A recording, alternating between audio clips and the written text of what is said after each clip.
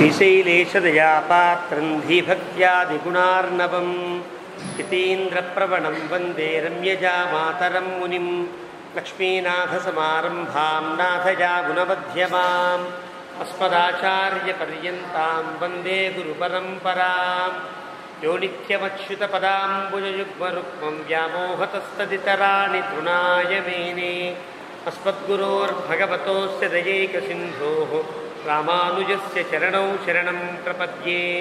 मातापिता युवतयस्तनया विभूतिः सर्वं यदेव नियमेन मदन्वयानाम् आद्यस्य नः कुलपतेर्वकुलाभिरामं श्रीमत्तदङ्घ्रियुगलं प्रणमामि मूर्ध्ना। भूतं सरस्य महदाह्वयभट्टनाथ श्रीभक्तिसारकुलशेखरयोगिवाहान् भक्ताङ्घ्रिरेणुपरकालयतीन्द्रमिश्रान् श्रीमत्पराङ्कुशमुनिं प्रणतोऽस्मि नित्यम्। पितामहस्यापि पितामहाय प्राचेतसादेशफलप्रदाय श्रीभाष्यकारोत्तमदेशिकाय श्रीशैलपूर्णाय नमो नमस्तात्। आचार्यानस्मदीयानपि परमगुरून् सर्वमाचार्यवर्गं श्रीमद्रामानुजाख्यं मुनिमखिल जनोद्धारणायावतीर्णं पूर्णार्यं यामुनेयं मुनिवरमहतौ रामराजीवनेत्रौ वन्दे नाथं मुनीन्द्रं वकुलधर शमूनाथलक्ष्मीमुकुन्दाम्। अस्मद्गुरुभ्यो नमः। शुक्लाम्बरधरं विष्णुं शशिवर्णं चतुर्भुजं प्रसन्नवदनं ध्यायेत् सर्वविघ्नोपशान्तये। यस्य द्विरदवक्त्राद्याः पारिषद्याः परश्शतं विघ्नन्ति सततं विश्वक्सेनं तमाश्रये। ज्ञानानन्दमयं देवं निर्मलस्फटिकाकृतिम् आधारं सर्वविद्यानां हयग्रीवमुपास्महे। अभङ्गुरकलादानस्थूलनक्षत्वमीशे तुङ्गाय महसे तस्मै तुरङ्गाय मुखे नमः। कूजन्तं राम रामेति मधुरं मधुराक्षरम् आरुह्य कविताशाखां वन्दे वाल्मीकिकोकिलं। वाल्मीकेर्मुनिसिंहस्य कवितावनचारिणः शृण्वन् रामकथानादं को न याति परां गतिम्। यः पिबन् सततं रामचरितामृतसागरम् अतृप्तस्तं मुनिं वन्दे प्राचेतसमकल्मषम्। गोष्पदीकृतवाराशिं शकीकृतराक्षसं रामायणमहामालारत्नं वन्दे लीलात्मजम्। अञ्जनानन्दनं वीरं जानकीशोकनाशनं कपीशमक्षहन्तारं वन्दे लङ्काभयङ्करम्। आमिषीकृतमार्ताण्डं गोष्पदीकृतसागरं तृणीकृतदशग्रीवम् आञ्जनेयं नमाम्यहं। मनोजवं मारुततुल्यवेगं जितेन्द्रियं बुद्धिमतां वरिष्ठं वातात्मजं वानरयूथमुख्यं श्रीरामदूतं शिरसा नमामि। उल्लङ्घ्य सिन्धोः सलिलं सलीलं विश्वोकवह्निं जनकात्मजायाः आदाय तेनैव ददाह लङ्कां नमामि तं प्राञ्जलिराञ्जनेयम्। आञ्जनेयवतिपाटलाननं काञ्चनाद्रिकमनीयविग्रहं पारिजाततरुमूलवासिनं भावयामि पवमाननन्दनं। यत्र यत्र रघुनाथकीर्तनं तत्र तत्र कृतमस्तकाञ्जलिं बाष्पवारि परिपूर्णलोचनं मारुतिं नमत राक्षसान्तकं। वेदवेद्ये परे पुंसि जाते दशरथात्मजे वेदः प्राचेतसादासीत् साक्षाद् रामायणात्मना। चरितं रघुनाथस्य शतकोटिप्रविस्तरम् एकैकमक्षरं प्रोक्तं महापातकनाशनं। शृण्वन् रामायणं भक्त्या यः पादं पदमेव वा स याति ब्रह्मणस्थानं ब्रह्मणा पूज्यते सदा। वाल्मीकिगिरिसम्भूता रामसागरगामिनी पुनाति भुवनं पुण्या रामायणमहानदी। श्लोकसारसमाकीर्णं सर्गकल्लोलसङ्कुलं काण्डग्राहमहामीनं वन्दे रामायणार्णवम्। यः कर्णाञ्जलिसम्पुटैरहरः सम्यक् पिबत्यादरात् वाल्मीकेर्वदनारविन्दगलितं रामायणाख्यं मधु జన్మం వ్యాధి జరా విపత్తిమరణైః అత్యంతసోపద్రవం సంసారం సవిహాయ గచ్చతి పుమాన్ ఇష్టోపదం శాశ్వతం.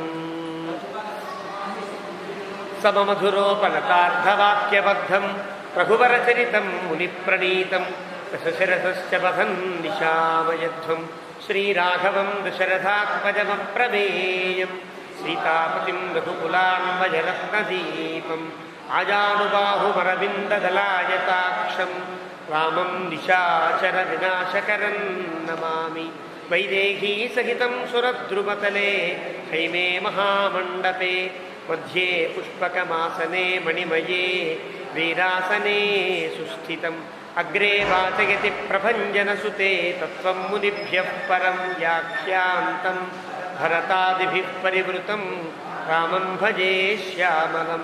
వామాంకస్థితజానకిం పరిలసత్కోదండదండం కరే చక్రం చోర్ధ్వకరేణ బాహుయుగళే శంఖం శరం దక్షిణే బిభ్రాణం జలజాతపట్టనయనం భద్రాద్రిమూర్ధ్ని స్థితం కేయూరాదివిభూషితం రఘుపతిం సౌమిత్రియుక్తం భజే.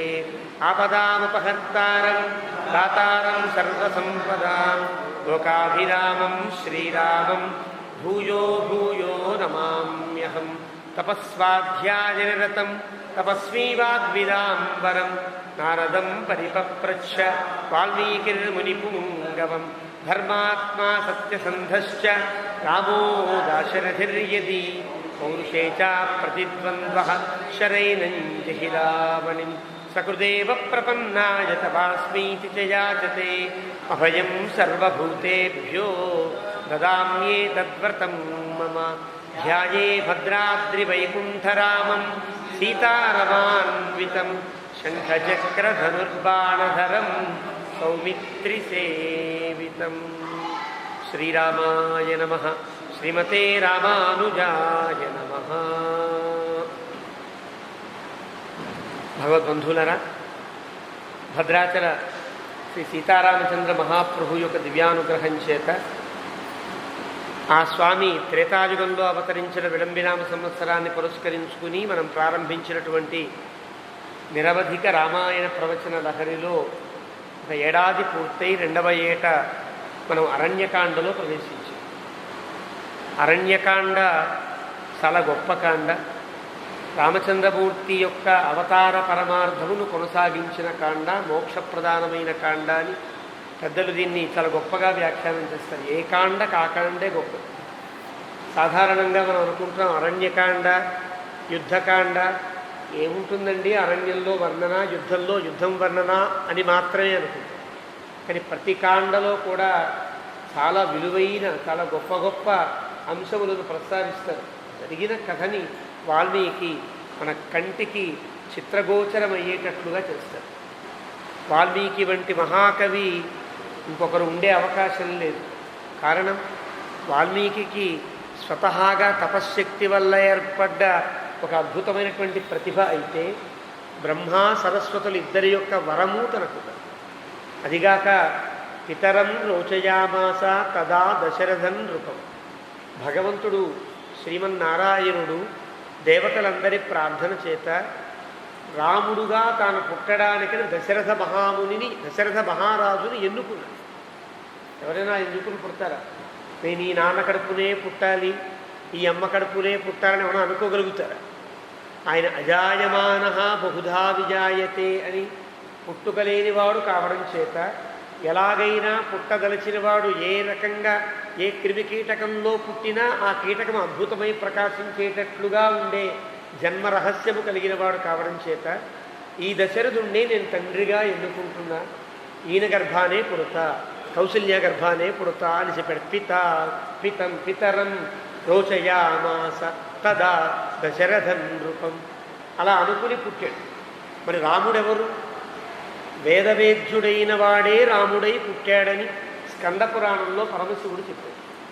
మరి వేదవేద్యుడైన రాముడు ఈ లోకంలో మానవుడై భగవంతుడు పుడితే వేదం పుట్టద్దా?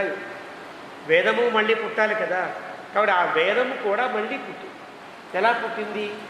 రామాయణంలా పుట్టింది అని పరమశివుడు చెప్పాడు. వేద ప్రాచేతసాదాసీత్ సాక్షాత్ రామాయణాత్మన. ఆ సాక్షాత్తుగా వేదమే, సమగ్రమైన వేదమే మళ్ళీ ప్రాచేతస ముని అయిన వాల్మీకి ద్వారా ఈ లోకంలో రామాయణమే పుట్టింది.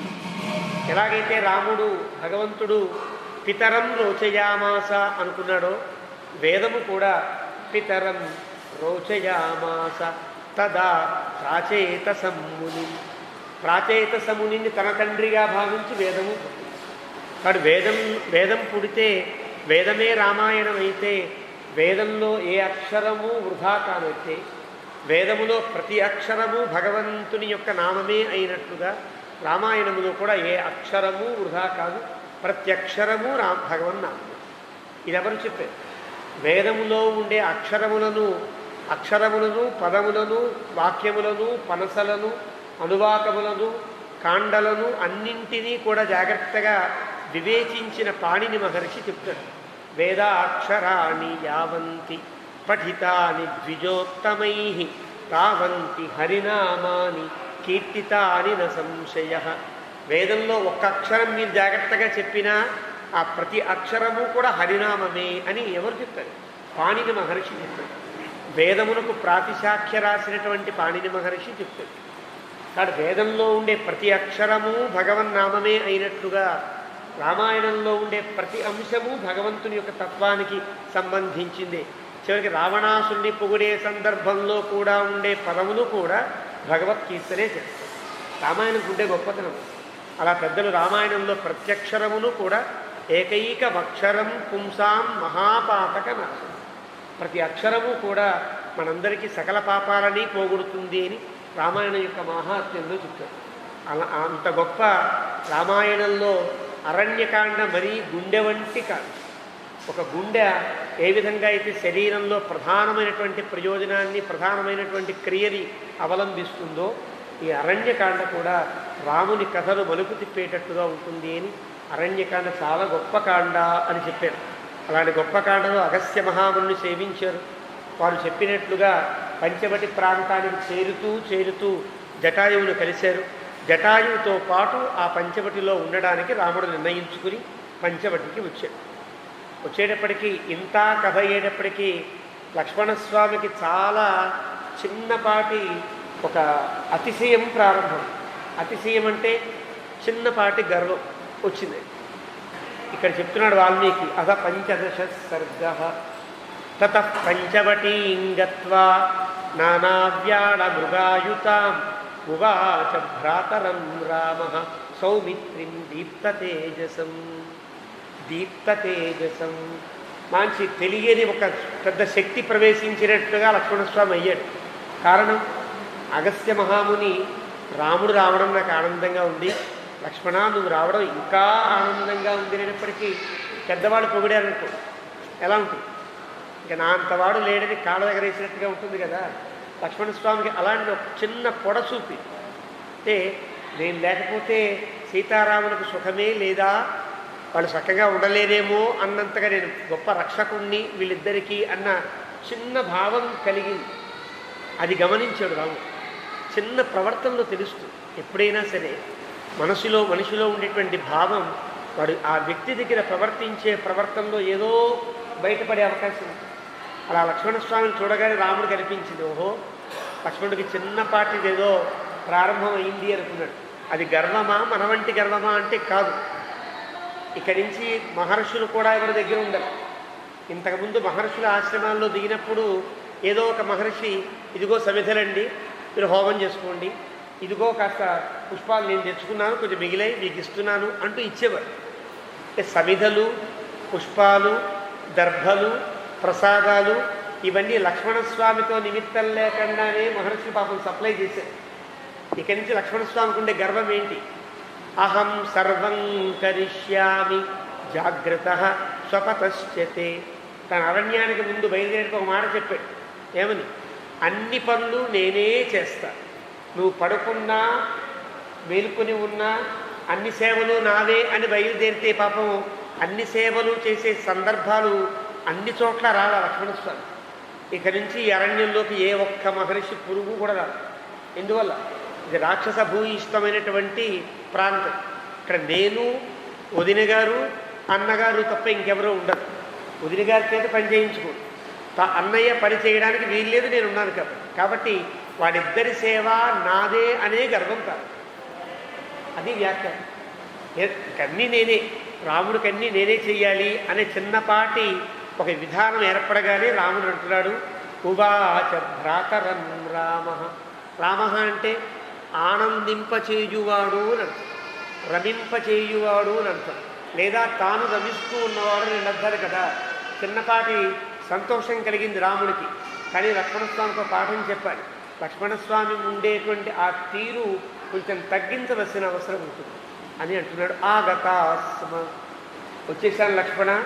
యథోద్దిష్టమముం దేశం మహర్షిణ అయం పంచవటీ దేశ సౌమ్య పుష్పితపాదప. వచ్చేసాం. అగస్త్య మహర్షి ఏ ప్రాంతాన్ని అయితే చెప్పాడో ఆ ప్రాంతానికి వచ్చేసాం. ఇదే పంచవటి దేశం అంటే రామ లక్ష్మణ, ఇదే పంచవటి. ఇది ఎలాంటి సౌమ్య పుష్పితపాదప. ఈ ప్రయోగం చూడండి జాగ్రత్తగా. అగస్త్య మహర్షి రాముడికి వేసిన పూర్తి మాట అదే, సౌమ్య పుష్పితపాదప అని. అగస్త్య మహర్షి తన ఉద్దేశంలో ఏదైతే చెప్పాడో అదే ప్రయోగాన్ని లక్ష్మణస్వామి చేశాడు. అంటే నీవే ముఖ్యం అనుకుంటున్నావు కదా, నీవే ముఖ్యం.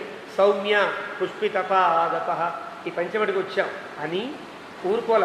సర్వతశ్చార్యతాం దృష్టి కాననే నిపుణోహ్యసి. చిన్నపాటి ఎత్తి పొడుపు అంటారే అలాంటి కాననే నిపుణోహ్యసి. జాగ్రత్తగా చూడు లక్ష్మణ, ఈ పంచవటంతా జాగ్రత్తగా పరిశీలించి, నువ్వు అడవిలో అన్నీ బాగా తెలిసినవాడివి కదా, అన్ని పనులు బాగా చేయడం వచ్చినవాడివి కదా, నిపుణహి అసి, నువ్వు మంచి నైపుణ్యం కలిగిన వాడివి కదా. ఆశ్రమ కతరస్మిన్నో దేశే భవతి సమ్మత. ఎక్కడ మనకు ఆశ్రమం ఎలా కడితే బాగుంటుందో అలా కట్టు అన్నాడు రాము. అంటే నా ప్రమేయం ఏం లేదు, అన్నీ నువ్వే చేస్తానని మనసులో అనుకుంటున్నావు కదా, అలాగే చెయ్యి అన్న. అనంగానే అని ఊరుకోరా. రమతే ఎత్ర వైదేహి, పాఠాంతరం ఉంది. రమసే ఎత్ర వైదేహి అని పాఠం. రమతే అనుకుందాం. ఎక్కడైతే సీతమ్మ తల్లి చాలా ఆనందంగా ఉంటుందో ఈ ప్రాంతం అని మహర్షి చెప్పాడు. మైథిలి తత్ర రంస్యతే అని చెప్పాడు కదా. ఆ విధానంతో రమతే ఎత్ర వైదేహి, ఎక్కడ సీతమ్మ ఆనందంగా తిరుగుతుందో, నీకెక్కడ బాగుంటుందో, నాకు ఎక్కడ బాగుంటుందో అక్కడ ఆశ్రమాన్ని కట్టు అన్నాడు. సీతమ్మకి బాగుంటుందంటే పర్వాలేదు, నాకెక్కడ సౌకర్యంగా ఉంటుందో అంటే పర్వాలేదు, నీకు ఎక్కడ సౌకర్యంగా ఉంటుందో అనేటప్పటికీ ఆ మాట లక్ష్మణస్వామి గుండెల్లో చిన్నగా పొడుచుకున్నట్టే. త్వము అహంచ ఏవ లక్ష్మణ తాదృశో దృశ్యతాం దేశ సన్నికృష్ట జలాశయ. అలాంటి మంచి ప్రదేశాన్ని నీవే ఎన్నుకో, జలాశయానికి దగ్గరగా ఉండే చూసుకో. వనరామణ్యకయ్యత్ర, పుష్పాలు కోసుకోవడానికి వీలుగా సీతమ్మకి ఎక్కడ బాగుంటుందో అక్కడ చూడు. ఆ ప్రదేశం సూచించాలి. రాముడు ఇప్పటిదాకా సూచన చేశాడు, ఇప్పుడు సూచన చేయట్లా. నీ ఇష్టం నీ ఇష్టం అంటున్నాడు. వనరామణ్ స్థలరామణ్యకయ్యద, ఎక్కడ ఎత్తు పొలాలు లేకుండా ఉంటుందో నువ్వే చూసుకో. సన్నికృష్టంచ యత్ర స్యాత్ సమిత్ పుష్పకుశోదకం, సమిత్తులకు సమిధలు తేవడానికి, పుష్పాలు కోసుకోవడానికి, దర్భలు తెంచుకోవడానికి ఎక్కడ వీలో అక్కడే నువ్వే చూడు అనంగానే ఏవముక్తస్తు రామేణ. తు అంటే అర్థం. ఇలా అనేటప్పటికీ లక్ష్మణస్వామికి ఎప్పుడూ ఇలా మాట్లాడాల రాముడు తనతో, తమాషాగా మాట్లాడాడు. మాటలు సౌమ్యంగా మంచిగా మృదువుగా ఆనందంగా మాట్లాడుతున్నట్టు ఉన్నప్పటికీ కూడా ఏదో రామునికి నా వల్ల ఏదో కొంచెం కష్టం కలిగినట్టుంది, నా ప్రవర్తనలో ఏదో తేడా ఉంచింది అనిపించి వెనక్కి తిరిగి సంయత అంజలి, చేతులు జోడించి సీతా సమక్షం కాకుత్స్థం ఇదం వచనమబ్రవీత్. రాముడు దూరంగా ఉన్నాడు, సీత ఒక దగ్గర ఉంది. ఒకసారి వదిన ఈ పక్కకి రండి అని వాడిద్దరిని ఉదయం నుంచోబెట్టాడు. ఇద్దరిని పక్క పక్కన నుంచోబెట్టి చేతులు జోడించి అంటున్నాడు సీతా సమక్షం కాకుత్స్థం. అంటే అర్థం సీతతో కలిసి ఉండేటట్టుగా రాముణ్ణి చూచి ఇప్పుడు మాట్లాడుతున్నాడు. ఎందువల్ల? తాను చేసిన తప్పు, ఒక జీవుడు కనుక తప్పు చేస్తే ఆ జీవుని యొక్క తప్పిదాన్ని లేకుండా చేసి తప్పు కాదు ఇతను అనుగ్రహించవయ్యా అని చెప్పే ఘటకురాలు లక్ష్మీదేవి. అక్కడ ఈయనకు ఒక అలవాటు ఉంది. పైలోకంలో ఈయన ఆదిశేషువు కదా, ఎక్కడైనా చిన్న పొరపాటు కలిగితే లక్ష్మీదేవిని ప్రార్థన చేస్తారు, పాపం వదిలేయండి, పాప ఆనశిశు చిన్న తప్పు చేశాడు అంటుంది. కయితి నిర్దోష కయితి త్వముచితై ఉపాయైర్విస్మార్య మాతా తదసిన. శ్రీగుణంత ఘోషంలో పరాశర భట్టర్ వారు అంటారు, తప్పు చేస్తే ఏం తప్పండి వాడు చేసింది, అది కూడా తప్పేనా, చిన్నవాడు ఆ మాటను తప్పు చెప్తే నువ్వు నేను చేస్తావుటయ్యా, తప్పు చేసినా వాడిని క్షమించాలి అంటూ క్షమింపజేసేటువంటి క్షమాగుణము దయాగుణము కలిగిన ఆవిడ కాబట్టి ఆ అలవాటు కొద్దీ లక్ష్మీదేవిలా ఉండే సీతని రాముని పక్కన నుంచోబెట్టి సీతా సమక్షం కాకుత్స్థం, సీతతో కూడి ఉన్న రాముడితో ఇలా అంటున్నాడు, పరవానస్మి కాకుత్స్థ త్వయి వర్ష శతం స్థితే స్వయంతు రుచిరే దేశే క్రియతామితి మాం వద. నీ మాటల్లో ఆంతర్యం నా మనస్సుకు తెలిసింది అనుకున్నవాడై లక్ష్మణస్వామి అంటాడు, పరవానస్మి కాకుత్స్థ, నేను స్వతంత్రించి చేసేవాణ్ణి కాను రామా, నువ్వు ఏం చెబితే అదే చేసేవాడిని, పరవానస్మి, నీ ఆజ్ఞ కోసం సిద్ధంగా ఉన్నా, అంతే తప్ప నాకు నేను స్థలాన్ని నిర్ణయించుకుని నాకు నేను ప్లాన్ తీసుకుని నాకు నేను వస్తువులు తెచ్చుకుని కట్టేవాడిని కాదు, నువ్వు ఇలా చెయ్యి, ఇలా ఉండు, ఇలా కట్టంటే అలాగే కడతా. పరవానస్మి కాకుత్స్థ, నాలో ఏదైనా స్వతంత్రతా బుద్ధి కనుక పైకి లేచినట్టు నీకు అనిపిస్తే రామా మన్నించు, నేను పరవానస్మి, నీకు పారతంత్ర్యంతోనే ఉంటాను. జీవుడు ఎట్లాగైతే భగవంతుని పట్ల పారతంత్ర్యంతోనే ఉండాలో అదే పారతంత్ర్యంతో ఉంటా. త్వయి వర్ష శతం స్థితే, ఇప్పుడు కాదు, ఈరోజు కాదు, రేపు కాదు, 100 ఏళ్ళు నువ్వు ఎంతకాలమైతే అసంఖ్యాక, శతం అంటే ఇక్కడ 100 అని అర్థం కాదు, శతం అంటే అసంఖ్యాకం, మామూలుగా మాట్లాడుకుంటే 100 ఏళ్ళు అనుకోండి, 100 ఏళ్ల పాటు నువ్వు ఎలా ఉన్నా నేను నీ దగ్గర దాసుడిలా ఉంటాను తప్ప ఎప్పుడూ నీ తమ్ముడిలాగా కూడా ప్రవర్తించనయ్యా. త్వయి వర్ష శతం స్థితే, కాబట్టి స్వయంతు, నీకు నీవుగా, రుచిరే దేశే, తగిన ప్రదేశాన్ని చూపించి, క్రియతాం ఇతి మాం వద, ఇలా చెయ్యి అని చెప్పంతే, అంతే తప్ప నాకు వదిలేసి స్వతంత్రంగా నీ ఇష్టం రా అనకు ఎప్పుడు కూడా. నువ్వు చెప్పినట్టు నేను వింటా, నువ్వు ఎలా చెప్పాలో అలా చెప్పు అనగానే అప్పుడు సుప్రీతస్తేన వాక్యేన. మనకి ఇంత కథ ఇక్కడ ఉందా, కనిపించట్లా, కానీ వాల్మీకి పదములలో పెడతాడు కథని, అది గొప్పతనం. మంచి ఉత్తమమైన కవి కథంతా రాయడు, అక్కడ ఔచిత్యభరితమైన పదమును పెడితే ఆ పదమును పట్టుకుంటే మనకు ఆ కథంతా స్ఫురించాలి. సుప్రీతస్తేన వాక్యేన, అదేమిటి నేను పొరపాటు అనుకున్నావు లక్ష్మణ, నేను ఆ ఉద్దేశంతో మాట్లాడలేదు, మామూలుగానే మాట్లాడాను అనవలసిన చోట రాముడు సుప్రీతస్తేన వాక్యేన ఆనందించాడు. అంటే లక్ష్మణస్వామికి స్వతంత్రత బుద్ధి లేదు, నాకెప్పుడూ దాసుడుగానే కింకరుడుగానే ఉంటాడు అనే అభిప్రాయం తెలిసిన తర్వాత ఆనందించిన రాముడు లక్ష్మణస్య మహాత్మన, లక్ష్మణుడు మహాత్ముడని గుర్తించాడు. ఇక్కడ కాదు, రాముడు చివరిదాకా, యుద్ధకాండ చివరిదాకా చూడండి, ఒక్కొక్కరిని బాగా నమ్మిన వాళ్ళని బాగా ఊపి పరీక్షిస్తూ ఉంటాడు.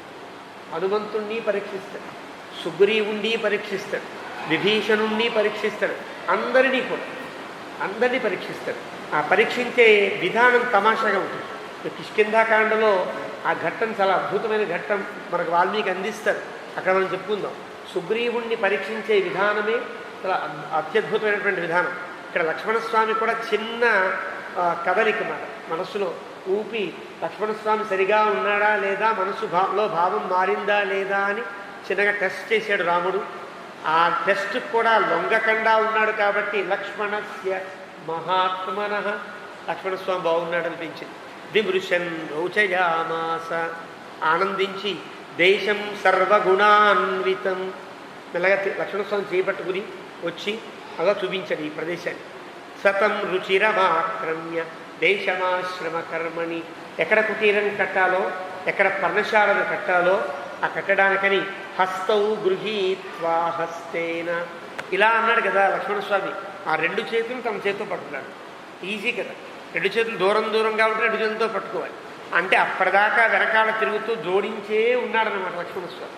అలా ఆ తిరిగేంత వరకు కూడా లక్ష్మణస్వామి వెనకాలే చేతులు జోడించి ఉంటే, జోడించిన చేతులను రెండు తన చేతులతో పట్టుకుని సౌమిత్రిమబ్రవీత్, లక్ష్మణస్వామితో అంటున్నాడు, అయం దేశ సమః శ్రీమాన్ పుష్పితై తరుభి వృత ఇహ ఆశ్రమపదం సౌమ్య యథావత్ కర్తుమర్హసి.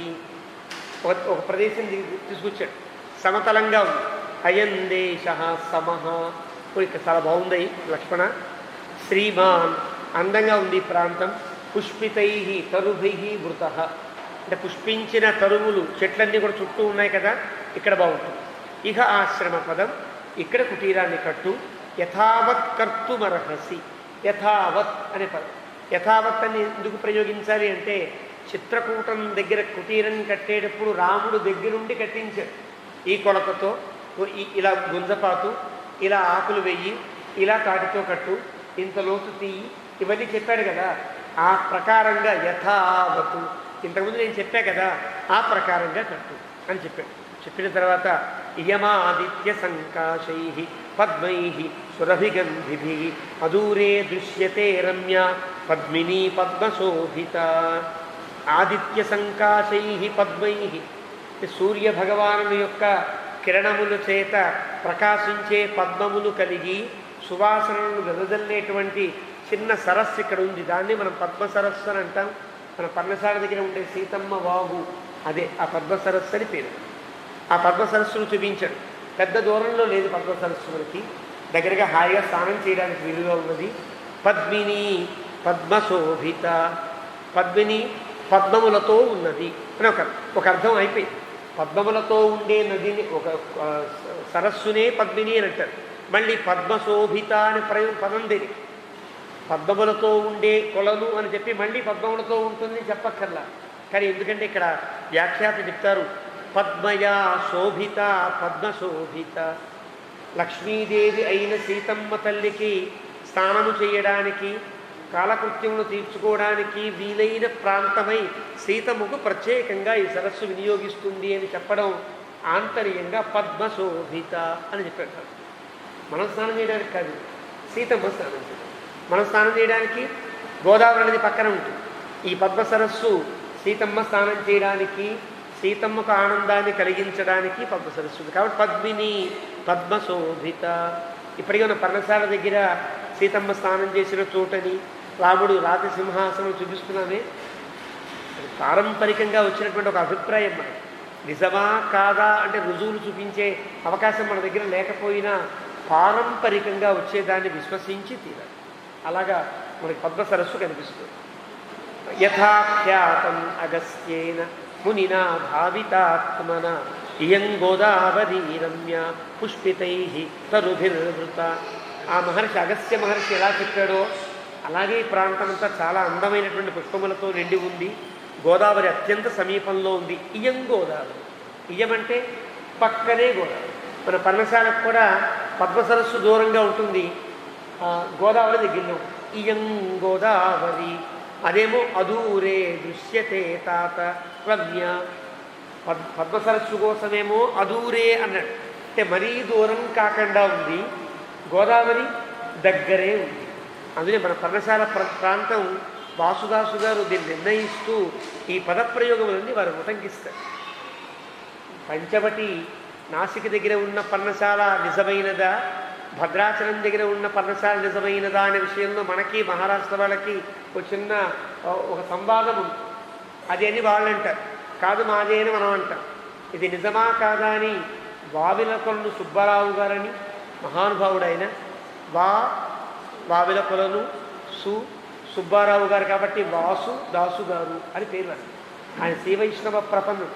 ఎలాగైతే రామదాసు గారు రఘునాథ భట్లను ఆశ్రయించి పంచ సంస్కారాలను పొంది ప్రపన్నుడై తరించాడో, ఆ వాసుదాసు గారు కూడా అహోబిల మఠానికి సంబంధించిన పెద్దలను అవన్నీ ఆశ్రయించి పంచ సంస్కార సంపన్నుడై అద్భుతంగా శ్రీ వైష్ణవ సంప్రదాయమును ప్రచారం చేసినటువంటి వ్యక్తులలో, ఆంధ్ర ప్రాంతంలో ఉండే వ్యక్తులలో సుమారు 150 సంవత్సరాల క్రితం వారి యొక్క ప్రభావం ఇంత అంత చాలా గొప్ప వ్యక్తి. వారి ఆశ్రమాన్ని మన పెద్దజీ స్వామి వారికి సమర్పించారు. నడిగడ్డపాలెంలో ఆశ్రమం ఇప్పటికీ వాసుదాస ఆశ్రమము అని అంటారు. వారి వల్ల వారి సంక్రమంగా మన పెద్దజీ స్వామికి ఆశ్రమం వచ్చింది. అది తెనాలి ప్రాంతంలో ఉన్నది. చాలా గొప్ప వ్యక్తి. ఆయన అయోధ్య నుండి బయలుదేరి వాల్మీకి చెప్పినటువంటి ఆ గుర్తులను బట్టి వాల్మీకి రామాయణంలో ఉండే గొప్పతనం ఏ వైపుకు ఎన్ని కిలోమీటర్లు ప్రయాణం చేశారు, ఏ తిథి నాడు ఎక్కడ కూర్చున్నారు, ఎక్కడ పడుకున్నారు కూడా మనకి తెలియని రీతిలో ఆయన నిక్షిప్తపరుస్తారు వాల్మీకి. దానికి వాల్మీకి రామాయణాన్ని చూచి రామాయణపు తిథులన్నీ రాశారు. రామాయణంలో ఏ సంవత్సరం, ఏ మాసం, ఏ పక్షం, ఏ తిథి నాడు, ఏ నక్షత్రం నాడు, ఎన్ని గంటలకి రాముడు బయలుదేరాడో కూడా రాశారు. ఇవన్నీ ఎలా సాధ్యమవుతాయి? వాల్మీకి యొక్క గొప్పతనం, ఆయన కవిత్వంలో ఉండే గొప్పతనం. ఈ రామాయణ తిథులు అనే పేరుతో పెద్దజీర స్వామివారు సన్యాసాత్ పూర్వం శ్రీమన్నారాయణ అనే పేరుతో రామాయణ తిథులన్నీ రాశారు. ఒక చిన్న పుస్తకం. అంటే ఏనాడు బయలుదేరారు, అది మన సంవత్సరాన్ని బట్టి ఏ సంవత్సరం అవుతుంది, ఆ డేట్లు, టైము, ఎన్ని గంటల దాకా ఉన్నారు, ఎన్ని నిమిషములకు బయలుదేరారు కూడా రాశారు. రామాయణ తిథులనే పుస్తకం, ప్రాచీనమైన పుస్తకం. దానికి కూడా ఆధారాలు ఉన్నాయి, ప్రాచీన పుస్తకాలు ఉన్నాయి. వాల్మీకి అలా చెప్తాడు. కాబట్టి వాల్మీకి రామాయణాన్ని అనుసరించి వాసుదాసు గారు ఒక సర్వేలా ప్రారంభించి నేటి భద్రాచల ప్రాంతంలో ఉండే పర్ణశాలయే నిజమైన పర్ణశాల అని వారి మందరంలో వారు అద్భుతంగా ఒక మ్యాప్ ఇచ్చి మరీ దాన్ని నిర్ణయించారు. ఇది మనం చేసిన నిర్ణయం కాదు, వారు పెద్దలు నిర్ణయం చేశారు. అప్పుడు వారు నిర్ణయం చేసే సమయంలో కొన్ని శ్లోకములు ఉటంకిస్తున్న శ్లోకములలో ఈ శ్లోకాలు కూడా పద్మిని పద్మశోభిత ఇయం గోదావరి రమ్య. ఇదిగో గోదావరి, పుష్పితై తరుభిర్వృత, అందమైన పుష్పములతో నిండిన చెట్లతో ఉన్నది. హంస కారండవ కీర్ణ, హంసలు తిరుగుతున్నట్టుగా కారండవ పక్షులు అంటారు. అంటే నీటి మీద వాలతాయి, చాలాసేపు ఉంటాయి, కానీ దాని యొక్క కాలు కూడా నీటిలో దిగబడదు. అది గొప్పతనం. నీటి మీద నిలబడితే ఎలా ఉంటుంది? కొంచెమన్నా దిగద్దని లోపల. అసలు నీటి మీద ఆగుతాయి పక్షులు, రెక్కల్ని తడుపుకుంటాయి, ఆ రెక్కల్ని కొట్టుకుంటాయి, తన శరీరం మీద వెళ్ళిపోతుంటాయి. కారండవ పక్షులు అంటారు. రెపరెపలాడుతూ నీటి మీద ఎగురుతూ ఉంటాయి. ఎప్పుడన్నా మనం గమనించవచ్చు. కొన్ని నదులలో, మన ప్రాంతాల్లో ఉండకపోవచ్చేమో కానీ అరణ్యంలోకి వెడితే అలా నీళ్ల మీద ఎగిరే పక్షులు ఉంటాయి. అలాంటి పక్షులన్నీ ఉన్నాయి. చక్రవాకోపశోభిత, చక్రవాకములు కనిపించాయి. నాతి దూరేణ చాసన్నే మృగయూధని పీడితా మయూరనాదితా రమ్యా ప్రాంశవో బహుకందరా. నాతి దూరేణ నచాసన్నే, మరీ దూరం కాకుండా మరీ దగ్గర కాకుండా పర్వతాలు ఉన్నాయి. పర్వతాలకి అందమైన గుహలు కనిపిస్తుంది. అంతేనా, అక్కడ ఉండేటువంటి మృగయూధముల యొక్క అలికిడి చేత నెమళ్ళు పురివిప్పి నాట్యమాడుతున్నట్టుగా ఉండే ప్రాంతం ఎంత బాగుంది. ఈ ప్రాంతం అంతా చాలా బాగుంది. దృశ్యంతే గిరయ సౌమ్య, చూసా చుట్టూ పర్వతాలు కనిపిస్తున్నాయి. చూసావా లక్ష్మణ? ఫుల్లై తరుభిర్వృతా తరుభిరావృతా, అందమైనటువంటి పుష్పములతో నిండిన చెట్లతో నిండినటువంటి పర్వతములవి. సౌవర్ణై రాజతై తామ్రై దేశే దేశే చ ధాతుభి గవాక్షితా ఇవ భాంతి గజా పరమభక్తిభి. అక్కడ ఉండే పర్వతములన్నీ కూడా ధాతువులు అంటారు.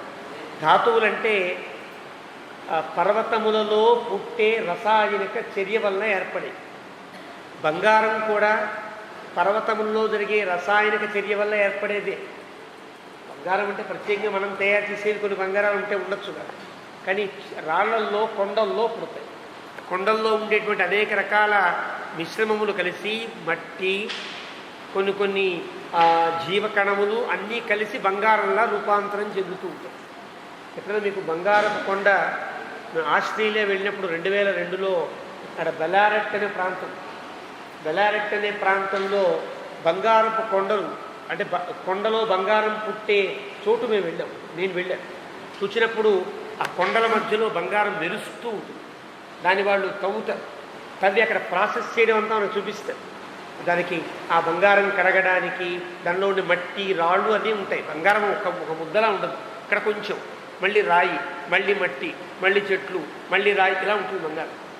కానీ మెరుస్తూ ఉంటుంది. దాన్ని వాళ్ళు ఒక క్లీనింగ్ ప్రాసెస్ చేస్తారు. ఆ క్లీనింగ్ చాలా జాగ్రత్తగా చేస్తారు. అది ఆ క్లీనింగ్ అయ్యాక కూడా నదిలోకి కొన్ని చిన్న బంగారపు కణికలు కొట్టుకొస్తూ ఉంటాయి. అలా ఉంటుంది ఆ ప్రాంతం. అక్కడికి తమాషా వెళ్ళే వాళ్ళందరూ కూడా టికెట్టు, దానికి వ్యవహారం అంతా ఉంటుంది. లోపలికి వెళ్ళాక చూడొచ్చు మనం ఆ ప్రాంత బంగారం తయారు చేయడం, దాని బిస్కెట్లా తయారు చేయడం అని షోలు చూపిస్తారు. టికెట్ ఇస్తే కొంచెం $1 టికెట్ ఏదో ఉంటుంది, అది కూడా కూర్చుంటే మన దగ్గరే ఆ బంగారం ముద్ద పట్టుకొస్తాడు, అది కరిగిస్తాడు, మట్టంతా పక్క పోతుంది, బంగారు ధాతువులన్నీ ఏర్పడతాయి, మళ్ళీ ఓ దగ్గర వేస్తాడు, మళ్ళీ రాళ్ళు రప్పలు పోతాయి, ముద్ద బంగారం మెత్తగా బంగారం తయారవుతుంది.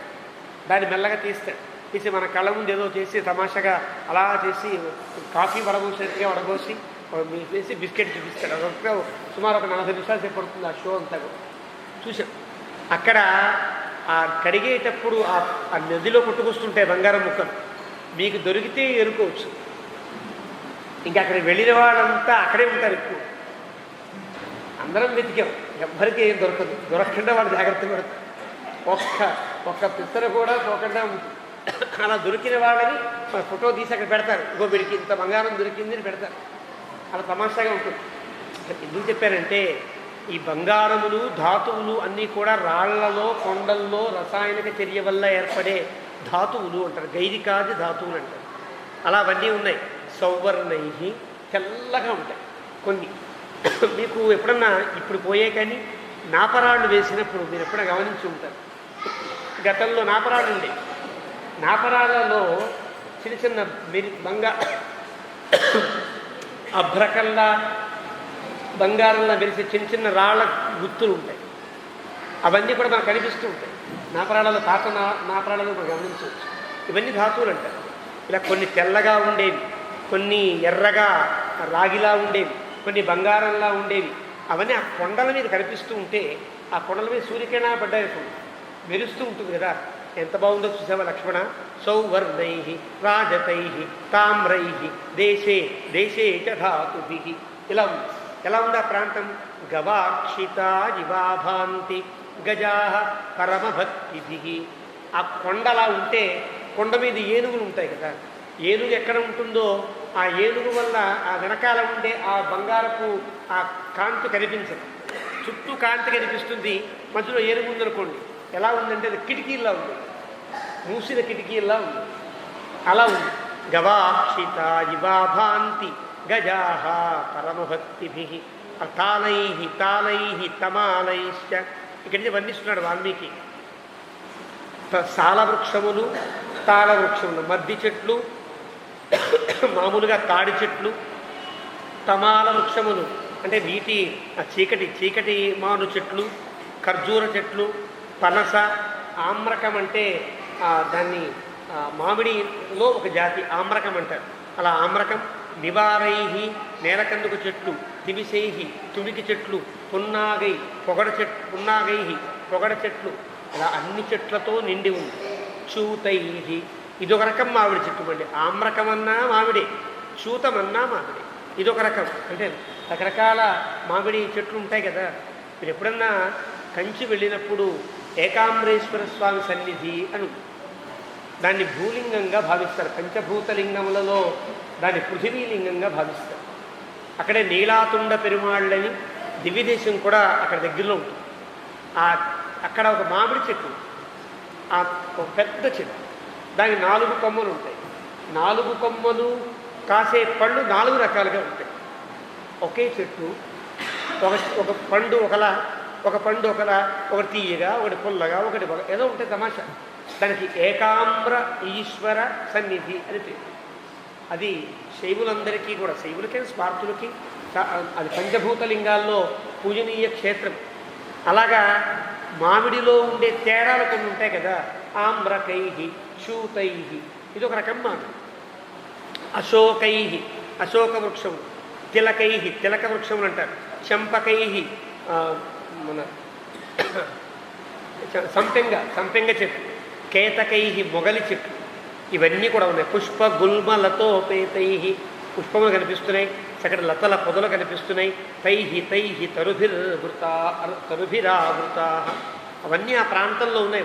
అగస్త్య మహర్షి చెప్పినట్టుగానే ఆ ప్రాంతం చాలా వనభూయిష్టంగా, అందంగా, స్థల రామణీయకంగా ఉన్నది. చందనై చందన వృక్షాలు ఉన్నాయి. స్యందన వృక్షాలు ఉన్నాయి. చందన వృక్షాలు అంటే మనకి చందనం అరగ తీసుకుంటాం. స్యందనం అంటే చందనపు జాతికి సంబంధించినదే కానీ చందనము వలె సువాసన లేదు. చందనం ఎంత ఇష్టపడతాయో పాములు దాన్ని అంత ఇష్టపడతాయి ఆ చెట్టుని, కానీ దానికి సువాసన ఉండదు. చందన వృక్షాలు కొన్ని, నీపై కొన్ని కడిమి చెట్లు, పర్ణాసై పన్నాస వృక్షములు, లికుచై నిమ్మ చెట్లు, లికుచం అంటే నిమ్మ అని అంటాం, నిమ్మ చెట్లు, ధవ ధవ అంటే జిల్లేడు చెట్లు, జిల్లేడు చెట్లు, అశ్వకర్ణము దాని పేరు, ఖదిరై చండ్ర చెట్లు, శమి జమ్మి వృక్షాలు, కింశుకపాటలై అంటే మోదుగు చెట్ల యొక్క సమూహాలు, పాటల వృక్షాలు అని ఇవన్నీ చెప్పి ఇదం పుణ్యమిదం మేధ్యం ఇదం బహుమృగద్విజం, ఇది పుణ్యమైన ప్రాంతం. అంటే ఎక్కడైతే ఇలాగా మనిషికి మనుగడకి సంబంధించినటువంటి అన్ని వనరులను సమకూర్చగలిగే ఉంటుందో ఆ ప్రాంతాన్ని పుణ్యము అని అంటారు. మేధ్యం ఇది పవిత్రమైన ప్రాంతం, అనగా ఎప్పుడైతే ఆ 5 చెట్ల మధ్యలో ఉన్నదో ఇది యజ్ఞవేది వంటిది మనం చెప్పుకున్నాం కాబట్టి, యజ్ఞవేదిక వంటిది కాబట్టి ఇది చాలా పవిత్రమైన ప్రాంతం. పుణ్యము పవిత్రము, నానా బహు మృగద్విజం, చాలా అందమైనటువంటి మృగములు ఉన్నాయి, పక్షులు ఉన్నాయి. ఇహవత్స్యామ సౌమిత్రే, ఇక్కడ ఉందాను లక్ష్మణ, ఇక్కడే ఉందాను లక్ష్మణ, సార్ధమేతేన పక్షిణ, ఈ జటాయుతో పాటు మన ముగ్గురం ఇక్కడే హాయిగా ఉందాము అని రాముడు లక్ష్మణస్వామికి ఆజ్ఞాపిస్తే, ఏవముక్తస్తు రామేణ, ఇలా చెప్పిన తర్వాత అమ్మయ్య రాముడు ఒక ప్రదేశాన్ని నాకు సూచన చేశాడు, యథావత్తు అన్నాడు. కాబట్టి నేను ఇప్పుడు చేసిన పని స్వతంత్రించి చేసిన పని కాదు, రాముడు చెప్పినట్టే చేసిన పని అవుతుంది. కాబట్టి రామునికి మనస్సులో ఎలాంటి ఇబ్బంది కలిగించిన వాడని అవుతారని పరవీర, పరవీర అంటే అర్థం శత్రువులను జయించేవాడు అని అర్థం. ఇక్కడ శత్రువులతో నిమిత్తం లేకుండా ఈ పదం ఎందుకు వాడాడు వాల్మీకి? అంతఃశత్రువులు ఉంటారు. ఆ సమయంలో చిన్నగా గర్వం లేస్తుంది. కామ క్రోధ లోభ మోహ మద మాత్సర్యములు అంటారు. వీటిలో చివరిది ఉండే మాత్సర్యము కొంచెం లేస్తే లక్ష్మణస్వామికి ఆ ఉద్దేశ్యం కలిగింది. కాబట్టి ఇప్పుడు అది పోయింది. ఎంత పోయిందో ఈ పై సర్గలో మనకు తెలుస్తుంది. భరతుణ్ణి ఎంత గొప్పగా కీర్తిస్తాడో లక్ష్మణుడు. అప్పటిదాకా భరతుడు అంటే పడనివాడు.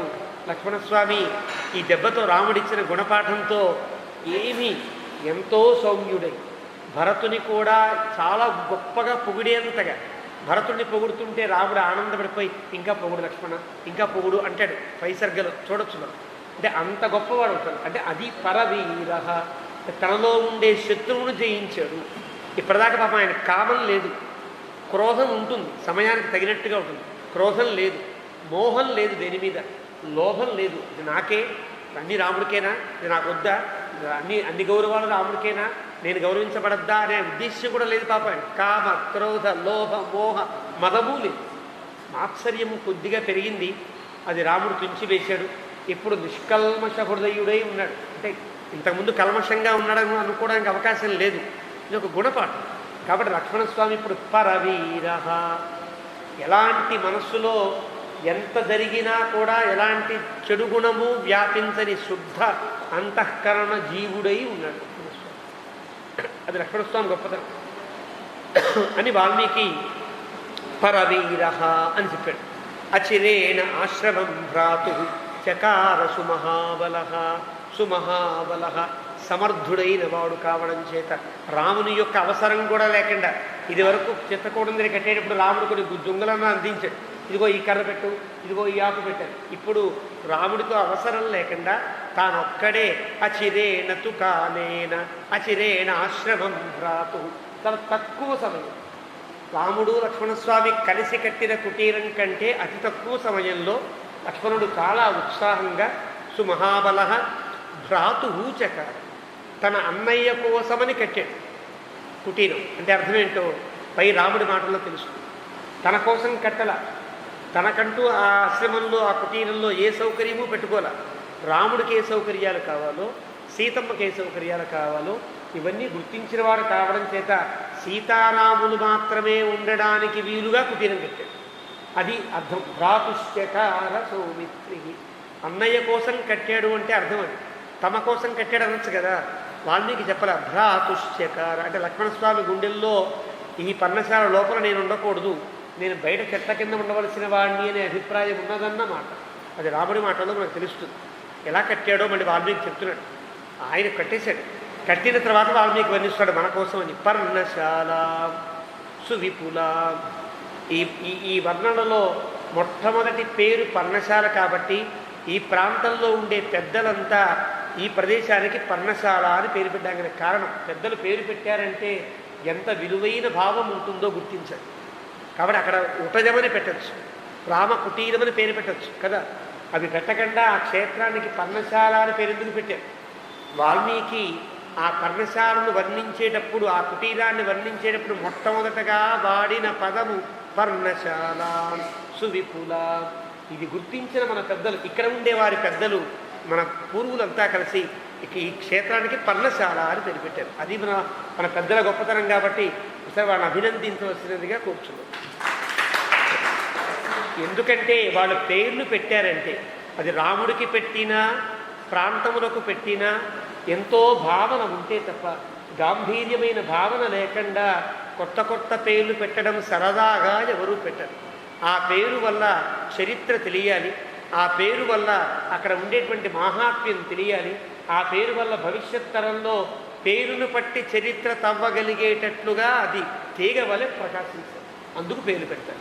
కాబట్టి ఆ పేర్లని గౌరవించడం, పేర్లని ఆదరించడం, పేర్లను అంగీకరించి రాముణ్ణి సేవించడం అందరికీ శ్రేయస్సని మరొక మారు చెబుతూ పర్ణశాల సువిపుల. ఎంత అందంగా కట్టాడంటే సువిపుల, విపులంగా కట్టాడు. తత్ర సంఖాతమూర్తిక. ఎప్పుడు బట్టి తవ్వాడో తెలీదు, ఎప్పుడు నీళ్లతో తడిపాడో తెలీదు, ఎప్పుడు ముద్దలు చేశాడో తెలీదు. గోడలు కట్టి అక్కడ ఉండేటువంటి ఆ బొంగులు పాతి, అడ్డబొంగులు పాతి, మట్టి జాగ్రత్తగా కలిపి అలికినట్టుగా చేశాడు. సంఖాతమూర్తిక. పకడ్బందీగా కట్టాడు. ఇది వరకు లక్ష్మణస్వామి కట్టినటువంటి కుటీరా పకడ్బందీగా కట్టినట్టుగా వాల్మీకి చెప్పలా, ఇక్కడ వర్ణిస్తున్నాడు వాల్మీకి. ఎందువల్ల ఇక్కడ 3 ఏళ్ళు ఇక్కడే ఉందాము అన్నాడు రాముడు. ఇహవత్స్యామ సౌమిత్రే, ఇక్కడే ఉందాం రామ లక్ష్మణ అన్నాడు. కాబట్టి ఈ కట్టే కుటీరం కొంచెం టెంపరీగా కాకుండా పర్మనెంట్గా వేయాలి కదా. సంఖాతమూర్తిక. మంచి మట్టి, మెత్తడి వేగడి మట్టిని కలిపి చక్కగా గోడలకి పూశాడు. సుస్తంభాం మస్కరై దీర్ఘై. వాల్మీకి చెప్పడు కానీ పెద్దలు సరదాగా చెప్తాడు. వచ్చేటప్పుడు లక్ష్మణస్వామి ఏం ఊరికే ఉండడాడు. వస్తూ వస్తూ దారిలో ఏ వెదురు బొంగు కనిపిస్తే ఇది బాగుంటుంది అంటాడు, కట్ చేస్తాడు, మీద వేసుకుంటాడు. అలాగా వీళ్లతో పాటు వచ్చేటప్పటికీ లక్ష్మణస్వామి కర్రలని దొంగలని అన్నీ తెచ్చేసాడు. అలాగా కుటీరం కట్టుకోక తప్పదు కదా.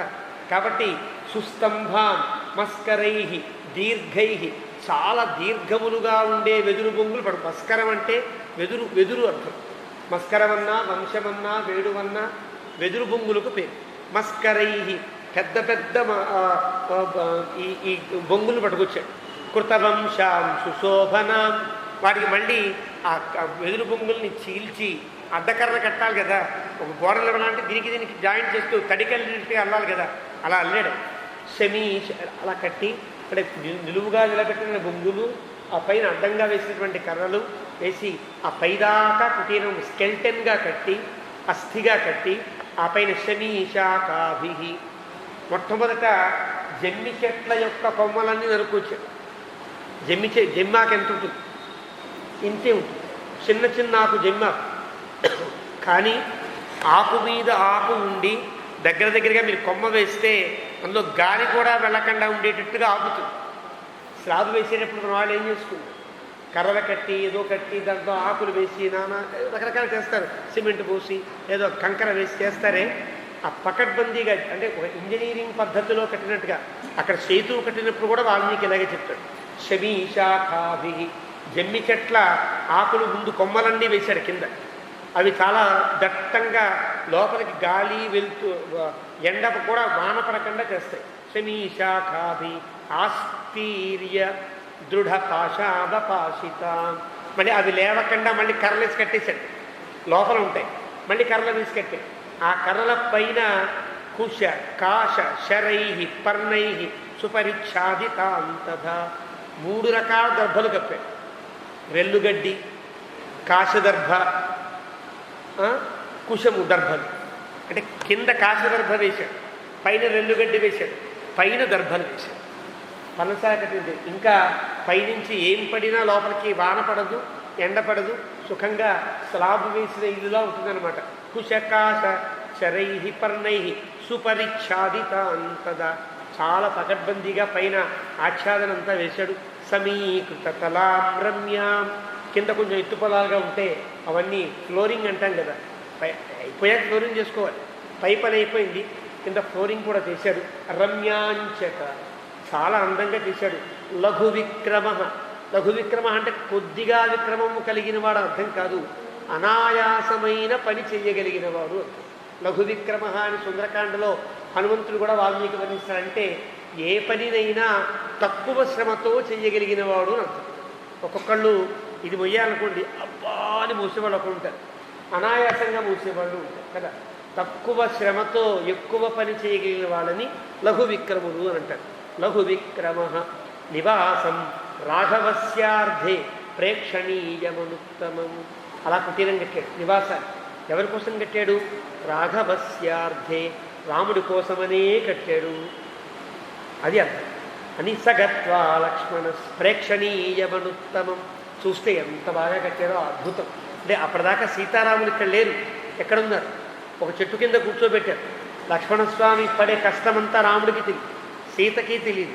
ఒక చెట్టు కింద ఉన్నారు, ఆ ప్రదేశంకి వెళ్ళాడు జాగ్రత్తగా, అన్ని పనులు పూర్తి చేసుకుని అందంగా కట్టి రాముడి దగ్గరికి వచ్చాడు. సగత్వా లక్ష్మణ శ్రీమాన్.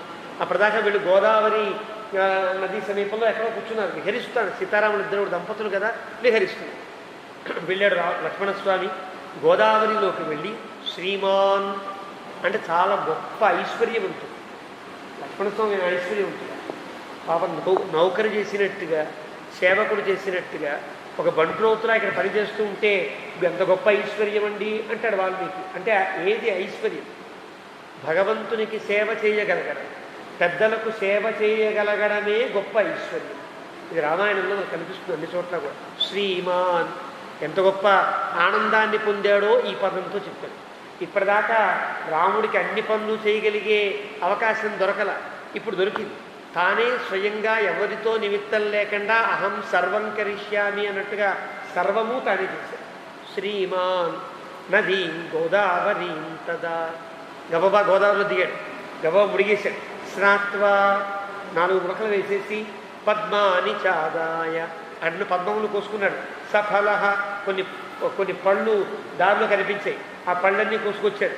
తత పుష్పబలిం కృత్వా, మళ్ళీ రాముడు రావాలి, మంత్రం చదవాలి, ఏం చెయ్యాలి లేదు. చిత్రకూటంలో అయితే రాముడు దగ్గర ఉండి ఆ మంత్ర విధానాన్ని నడిపిస్తూ ఉంటే లక్ష్మణస్వామి చేశాడు. ఇక్కడ తనకు వచ్చేసి తనకు అర్థమైపోయింది ఈ ప్రక్రియ. ఒక మంచి పురోహితుడి దగ్గర తర్ఫీదు అవుతున్నటువంటి ఒక పరిచారకుడు ఉంటాడు. 5-6 కార్యక్రమాలు వెళ్ళిన తర్వాత ఇంక గురుగారితో నిమిత్తం ఉండదు, ఈయనే యాజ్ఞిక అయిపోతుంటాడు కదా. అలాగే లక్ష్మణస్వామి కూడా రాముడి దగ్గర నేర్చుకున్నాడో ఏమో. స్నాత్వా అని ఆ పూలు పళ్ళు పట్టుకొచ్చి తత పుష్పబలిం కృత్వా, ఇక్కడ పుష్పబలిని కూడా వేశారు. చిన్న తేడా ఉంది చూసారా? చిత్రకూటంలో ఉండేటప్పుడేమో రాముడు ఈ పని చేయాలి, అరణ్యంలోకి వచ్చిన తర్వాత క్షత్రియాంశలతో వీళ్ళు అక్కడిచ్చినట్టుగా బలులు ఇక్కడ ఇవ్వచ్చు. అక్కడ చతురో మృగాన్ వేద్యాన్ చతురో మృగాన్, అక్కడ మనం చెప్పుకున్నాం దాని వివరణ కూడా. అది మాంసం అనవచ్చునా అనడానికి వీల్లేదు, లేదా జంతువులు అనుకున్నప్పటికీ కూడా తప్పు కాదు. పెద్ద వివరణ ఇచ్చుకున్నాం, వ్యాఖ్యాతులు ఆ వివరణ చేశారు. అక్కడ అలా బలినిచ్చి ఆ పర్ణశాల నిర్మించుకున్నారు. కానీ ఇక్కడ లక్ష్మణస్వామి ఏ బలి లేదు. అక్కడైతే మునిపుంగవులులా బతకవలసిన చోటు, కానీ అక్కడ క్షత్రియుల్లా ప్రవర్తించారు. ఇక్కడ క్షత్రియుల్లా ప్రవర్తించిన చోటు, కానీ ఇక్కడ మునివలే మునులు చేసినట్లుగా ఆ పుష్పములు ఆ ఫలములతోనే పుష్ప బలిని లక్ష్మణస్వామి ఇచ్చాడు. బలి అనే పదమునకు అర్థం దేవతార్చనము, దేవతలకు పెట్టే ఆహారము అని అర్థం. అది ఇది ఉండాలా అది ఉండాలా అనేది ఆశ్రమాలను బట్టి ఆ యోగ్యతలను బట్టి ఉంటుంది. బలిహి దేవతార్హణం, దేవతలకు ఇచ్చేటువంటి ద్రవ్యమునకు బలికి ఆ పుష్పబలిం కృత్వా శాంతించ సయథావిధి. అక్కడ ఉండేటువంటి శాంతి మంత్రాలన్నీ పఠించాడు. శాకున సూక్తములని శాంతి మంత్రములు ఉంటాయి. అవన్నీ పఠించాడు. వెళ్ళాడు రాముడి దగ్గరికి. రాముడు చేపట్టుకొచ్చి దర్శయామాస రామాయ తదాశ్రమ పదం కృతం. ఇంత పని చేసినవాడు సాధారణంగా అయితే ఏం కోరుకుంటాడు? రాముడు శభాష్, ఎంత బాగా చేసేవరా అంటే కాస్త పొంగిపోవాలి. కానీ ఇప్పుడు స్థితి లక్ష్మణస్వామికి పొంగే స్థితి కూడా లేదు. ఒకడు మెచ్చుకుంటే ఆనందపడ్డం, తిడితే బాధపడ్డం లాంటివి కూడా లేవు. ఒక మంచి స్థితిని ఇంద్రియ నిగ్రహాన్ని పొందినవాడు అయినవాడు కావడం చేత దర్శయామాస రామాయ తదాశ్రమ పదం కృతం. ఆ కుటీరాన్ని చూపించాడు. అంటే అర్థం ఇక్కడ వ్యాఖ్యాత రాస్తారు, పెద్దలు రాస్తారు, ఎందుకు చూపించాడంటే ఇంకా ఏదైనా లోపం ఉంటే రాముడు చెప్తే సరిదిద్దుకోవడం కోసం, అంతే తప్ప ఎంత బాగా చేశారో చూడు రామ అనడానికి అని. సతం దృష్ట్వా కృతం సౌమ్యం ఆశ్రమం సహసీతయ రాఘవ పర్ణశాలాయాం హర్షమాహారయద్భృశం. చూశాడు రాముడు, సీతతో పాటుగా వచ్చాడు. పర్ణశాల మొత్తం తిరిగి హర్షం ఆహారయద్భృశం, ఒక్కసారి ఆనందాన్ని తట్టుకోలేక పైకి ప్రకటించాడు రాముడు. సుసంహృష్ట, హృష్ట ఆనందించినవాడు, సంహృష్ట బాగా ఆనందించినవాడు, సుసంహృష్ట ఆనందాన్ని లోపల దాచుకోలేక బయటికి ప్రకటించినవాడు. ఆనందం కలిగితే మూడు దశల్లో కలుగుతుంది. బాగుంది అంటాడు, ఎంత బాగా చేశారండి అంటాడు. దాన్ని తట్టుకోలేక వెళ్ళి ఆ వ్యక్తి దగ్గరికి వెళ్ళి ఎంత బాగుందండి, ఎంత బాగా చేశారండి, మీరు మహాత్ములండి పొగిడేస్తాయి కదా. ఈ 3 దశలు సాధారణంగా ఉంటాయి. రాముడు 3వ దశని పొందాడు, సుసంహృష్ట. అప్పుడు ఏం ఇవ్వాలి? రాముడు పెద్ద బహుమతి ఇవ్వాలి. ఏముంది రాముడి దగ్గర ఇవ్వడానికి అని లక్ష్మణస్వామిని గట్టిగా కౌగిలించుకుని పరిష్వచ్య బాహుభ్యాం లక్ష్మణం తదా గట్టిగా గాఢాలింగనం చేసుకుని అతిస్నిగ్ధం. అతిస్నిగ్ధం అంటే సీతమ్మని ఎలా కౌగిలించుకుంటాడో అలా కౌగిలించుకున్నాడు. గాఢంచ చాలా ఆనందంగా కౌగిలించుకున్నాడు. వచనంచ ఇలా మాట్లాడతాడు, ఊరుకోలా. ఆ కౌగిలించుకుని ఇదమబ్రవీత్ ఇలా అంటున్నాడు, ప్రీతోస్తి ఎంత బాగుంది, ఎంత ఆనందిస్తున్నానయ్యా, మహత్కర్మ త్వయా కృతం, ఎంత గొప్ప పని చేశావు. ఎందువల్ల మహత్కర్మ ఎందుకో పై శ్లోకంలో మీరు చూద్దురుగా, మహత్కర్మ గొప్ప కార్యాన్ని నిర్వర్తించావు. కృతమిదం ప్రభో అంటే లక్ష్మణస్వామి రాజా. అసలు రాజు అవుతాడా జన్మలో? అన్నయ్యలు ఉంటే రాజయ్యే అవకాశమే లేదు.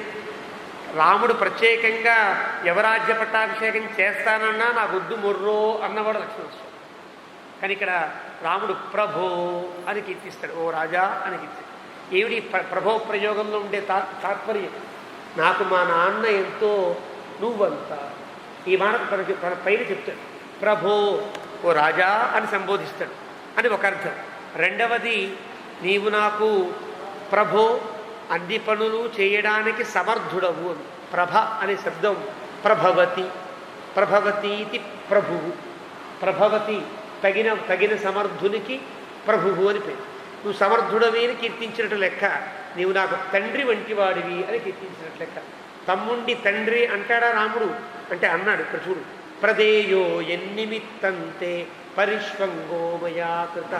నువ్వు చేసిన పనికి ఏదివ్వాలో తెలియక ఏదీ ఇవ్వలేని నేను పరిష్వంగోమయా కృత, నిన్ను గాఢంగా కౌగిలించుకున్నాను లక్ష్మణ అని ఒక అద్భుతమైన శ్లోకాన్ని చెప్తాడు.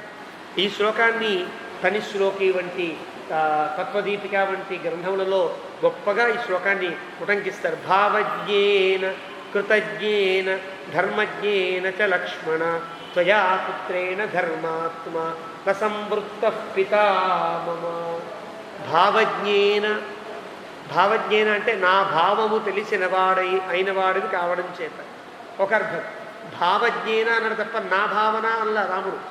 మద్భావజ్ఞేన అల్లా, భావజ్ఞేన. సీతమ్మ మనస్సులో ఏ ఏ సౌకర్యములు కావాలని ఉంటాయో అవన్నీ ఆలోచించి అక్కడ అన్ని ఏర్పాటు చేశాడు. భావజ్ఞేన నాకెలా ఉండాలో, రాముడు కూర్చోడానికి, రాముడు ఎవరైనా కవడానికి వస్తే కూర్చోడానికి చిన్న బాల్కనీ, ఒక పెద్ద హాలు, ఒక బెడ్రూము అంతా కట్టాడు. రాముడు సీత ఇద్దరూ ఏకాంతంగా ఉండడానికి వీలుగా ఒక గది కట్టాడు అని వాల్మీకి చెప్తున్నాడు. ఇక్కడ వ్యాఖ్యాత చెప్తున్నాడు. భావజ్ఞేన వీళ్ళ ముగ్గురు ఒకే కుటీరంలో ఉండగలుగుతారు. లక్ష్మణస్వామి రాముడితో ఉన్నంతసేపు సీత అక్కడ ఉంటుందా? సీత దూరంగా ఏకాంతంగా ఉంటుంది కదా. మరి సీతమ్మ యొక్క ప్రవర్తనకు ఎలాంటి ఆటంకం కలగని రీతిలో ఆవిడకి ఏకాంతము కలిగేటట్టుగా ఒక గదిని ఏర్పాటు చేసి ఆ మూల సీతమ్మకి ప్రత్యేకం. మళ్ళీ సీతారాములు ఉండడానికి ఒక గది, మళ్ళీ హాలు, తనకంటూ ఏ గది లేదు. అది ఇక్కడ ఉండే భావజ్ఞేన, అంత గొప్ప భావన పొందినటువంటి వాడు వ్యాఖ్యాత వర్ణిస్తారు. కృతజ్ఞేన, కృతజ్ఞేన అంటే గతంలో మనం చేసిన కుటీరములో రాముడు దగ్గర ఉండి, రాముడికి కూడా సీతమ్మకి ఏం కావాలో అప్పుడు ఏం తెలియదు కదా, రాముడికి కొత్త కదా. వివాహం అయిన తర్వాత వాళ్ళ గదులు వాళ్ళవి, వాళ్ళ అంతఃపురాలు వాళ్ళవి, వీళ్ళ అంతఃపురాలు వీళ్ళవి, వీళ్ళు కలిసే చోటు అలా ఉంటాయి తప్ప అక్కడ ఉండే సౌకర్యములన్నీ కూడా ఇన్నాళ్ల సాహచర్యంతో సీతమ్మ ఇలా కూర్చుంటుంది, ఇక్కడ ఇలా ఉంటుంది, ఇక్కడ పడుకుంటుంది, ఇక్కడ ఇలాగా అవన్నీ గుర్తించి చేశాడు. కృతజ్ఞేన అంటే గతంలో జరిగిన సంఘటనలన్నీ జ్ఞాపకం పెట్టుకుని సీతమ్మకు నాకు కూడా తగినట్టుగా. ఇదివరకు ధనస్సులు ఉన్నాయనుకోండి, ఎక్కడ పెడతారు? ఏదో కింద ఎక్కడో పెట్టారు, ఏదో మూల తగిలించేవారు. ఇప్పుడు ధనస్సులు తగిలించుకోవడానికి మేకులు కూడా కొట్టాడు. ఆ గోడలకి ధనస్సు పెట్టుకోవడానికి వీలుగా, దేవుణ్ణి పెట్టుకోవడానికి వీలుగా అన్ని ఏర్పాట్లు చేశాడో ఏమో తెలియదు. కానీ కృతజ్ఞేన, భావజ్ఞేన, ధర్మజ్ఞేన. ధర్మజ్ఞేన అంటే రాముని యొక్క అనుష్ఠానం ఎట్లాంటిదో తెలిసినవాడు కావడం చేత అనుష్ఠానమునకు, ఏకాంతమునకు, రాముని యొక్క మనుగడకు తగినట్టుగా కట్టాడు. అప్పుడు ఈయనేమన్నాడంటే రాముడు, త్వయా పుత్రేణ ధర్మాత్మా, నాకు మా నాన్న నాకు వివాహం అయిన తర్వాత, సీతమ్మతో వివాహం అయిన తర్వాత నా కోసం ప్రత్యేకంగా దగ్గర ఉండి ఒక బిల్డింగ్ కట్టించి ఇచ్చాడు. అంతకుముందు రాముని యొక్క అంతఃపురం వేరు కదా. సీతా నిలయం ప్రవిష్ట, అయోధ్యాకాండలో చెప్తాడు వాల్మీకి. సీతా నిలయం అని పేరు, సీతమ్మ యొక్క ఇల్లు. అది రాముడు సీత ఉండే ఇల్లు, సీతా నిలయం అని పేరు. అలాంటి కట్టినప్పుడు దగ్గర ఉండి మా రాముడు ఇలా ఉంటాడు, ఇలా కూర్చుంటాడు, ఇలా కట్టు అని దశరథుడు దగ్గర ఉండి కట్టించిన ఆ నిలయము గుర్తొచ్చినటువంటి రాముడు, త్వయా పుత్రేణ ధర్మాత్మ న సంవృత్త పితా మమ, మా నాన్న నాకు ఎలాగైతే కట్టించాడో లక్ష్మణ, మన నాన్న నువ్వు అలా కట్టిస్తే ఇప్పుడు నాకు తండ్రి లేని లోటు లేని వాడిని అయ్యాను అంటాడు రాముడు. అంటే లక్ష్మణ నీవు నాకు తండ్రి స్థానీయుడవు అని పితృస్థానీయంగా గుర్తిస్తాడు. కాబట్టి ఈ శ్లోకాన్ని చాలా గొప్పగా పెద్దలు పరిగణిస్తారు.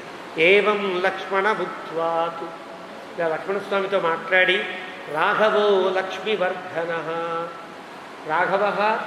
రాఘవుడు అంటే రాముడు లక్ష్మీవర్ధన, లక్ష్మిని మరింత పెంపొందింపచేశను. ఎవరికి? లక్ష్మణస్వామికి.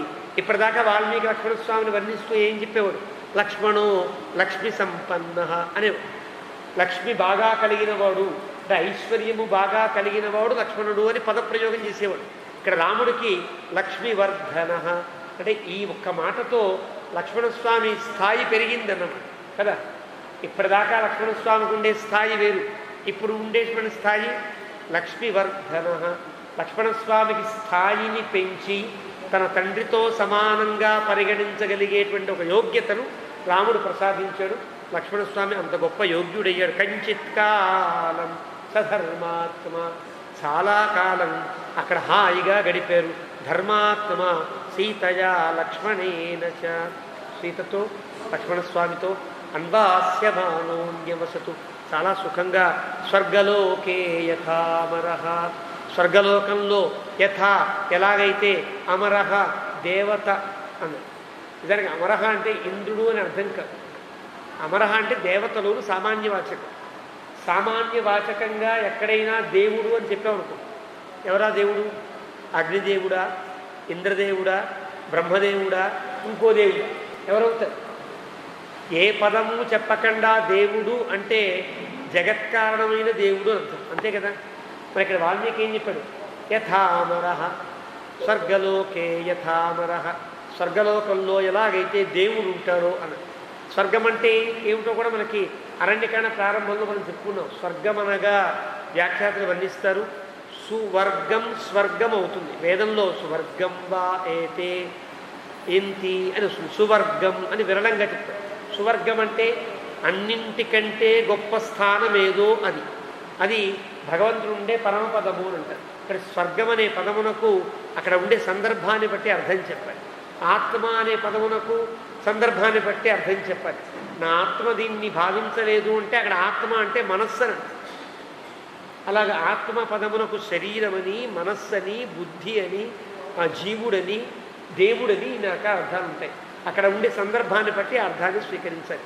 ఇక్కడ యథా అమరః వ్యాఖ్యాత రాస్తాడు, స్వర్గలోకే వైకుంఠలోకమునందు యథా ఏ విధముగా అయితే అమరః చావు పుట్టుకలు లేని అజుడు అంటారే భగవంతుడి, అజోపి సన్నవ్యయాత్మ భూతానాం ఈశ్వరోపి సన్, భగవద్గీతలో చెప్తాడు పరమాత్మ అజహ అని పేరు. అలాగే అమరః అంటే భగవంతుడు అర్థం. భగవంతుడు ఆనందించినట్టుగా ఆ పర్ణశాలలో రాముడు ఆనందించను అని తాత్వికమైన అర్థం. పైకి స్వర్గలోకంలో దేవతలు ఎంత హాయిగా ఉన్నారో అంత హాయిగా ఉన్నారు అని చెప్పుకుంటే వచ్చే తప్పేమీ లేదు. అలాగా 15వ సర్గ పూర్తయి 16వ సర్గ ప్రారంభం. అథ షోడశ సర్గ, ఇది కూడా పెద్ద సర్గ.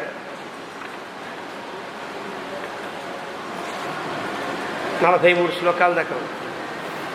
కాబట్టి మళ్ళీ వచ్చే వారం చెప్పుకునే ప్రయత్నం చేద్దాం.